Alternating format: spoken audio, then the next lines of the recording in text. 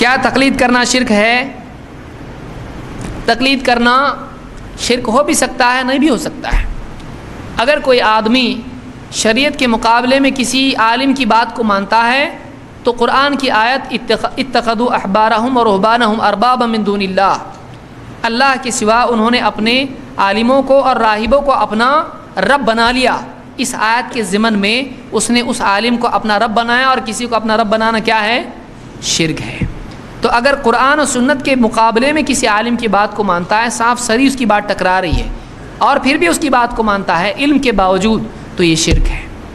لیکن اگر کوئی آدمی ایسا ہے کہ اس کو کچھ نہیں آتا ہے اور وہ کسی آدمی سے، کسی عالم سے، علم رکھنے والے سے پوچھے اور وہ بغیر دلیل کے اس کو کوئی بات کہے کہ ایسا کرو، اور اس میں استطاعت نہیں ہے تحقیق کی، اگر وہ کسی عالم سے مسائل اس طرح سے پوچھتا ہے تو وہ یہ شرک نہیں ہے۔ ہاں اگر دلیل آ جانے کے بعد بھی اس کی بات کو مانتا ہے تو پھر اس میں بہت بڑا ڈر ہے کہ کہیں یہ کفر میں مبتلا، شرک میں مبتلا نہ ہو جائے۔ تو یہ فرق یاد رکھیں، کوئی آدمی علم کے باوجود کسی عالم کی بات کو حجت تسلیم کرتا ہے تو یہ شرک ہو جائے گا۔ لیکن کوئی آدمی مثال کے طور پر ابھی مسلمان ہوا، اب نماز کا وقت آیا، کیسے نماز پڑھو، آپ کیا بولو گے؟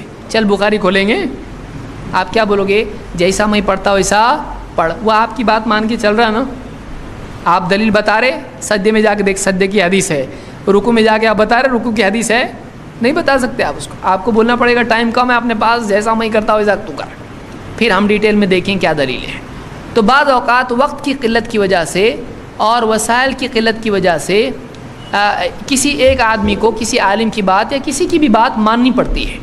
تو یہ ایسا ہے جیسے کسی آدمی کو اگر پانی نہ ملے تو یہ تیمم کر سکتا ہے، لیکن پانی ہے تو تیمم کیا ہو جائے گا؟ باقی رہے گا کیا؟ ارے میں تیمم کیا، پانی ملا تو یہ بھی تیمم باقی ہے، باقی نہیں رہے گا۔ تو جب آپ کے سامنے نبی صلی اللہ علیہ وسلم کی دلیل سامنے آ گئی، اب عالم کی بات اگر اس سے ٹکراتی ہے وہ بات کیا ہو گئی؟ ختم ہو گئی۔ اس بات کو بھی یاد رکھیں۔ تو تقلید جو ہے یہ تیمم کی طرح ہے، اور اس کو ہم تقلید بھی نہیں کہتے ہیں۔ کیوں؟ اس لیے کہ کتاب و سنت میں اس کی دلیل، تقلید لفظ کی دلیل نہیں ہے۔ ہاں اتباع اس کو کہا جا سکتا ہے، کیونکہ اللہ نے کیا فرمایا؟ فَاسْأَلُوا أَهْلَ الذِّكْرِ إِن كُنتُمْ لَا تَعْلَمُونَ، جاننے والوں سے پوچھو اگر تم کو نہیں معلوم۔ تو عالم سے پوچھنا یہ حرام نہیں ہے، جس میں دلیل سمجھنے کی استطاعت ہو دلیل کے ساتھ سیکھے، اور جس میں استطاعت نہیں ہے اگر وہ دلیل کے بغیر بھی کسی عالم کی بات کو مانتا ہے بشرطے کہ کتاب و سنت کے مخالف نہ ہو تو اس میں کوئی حرج نہیں ہے۔ بعض لوگوں نے کہا اس پر اجماع ہے، یاد رکھیں اس کے جواز پر بعض علماء نے اجماع نقل کیا ہے، نہ کہ وجوب پر۔ کوئی آدمی یہ کہتا ہے کسی عالم کی، کسی ایک امام کی بات ماننا واجب ہے،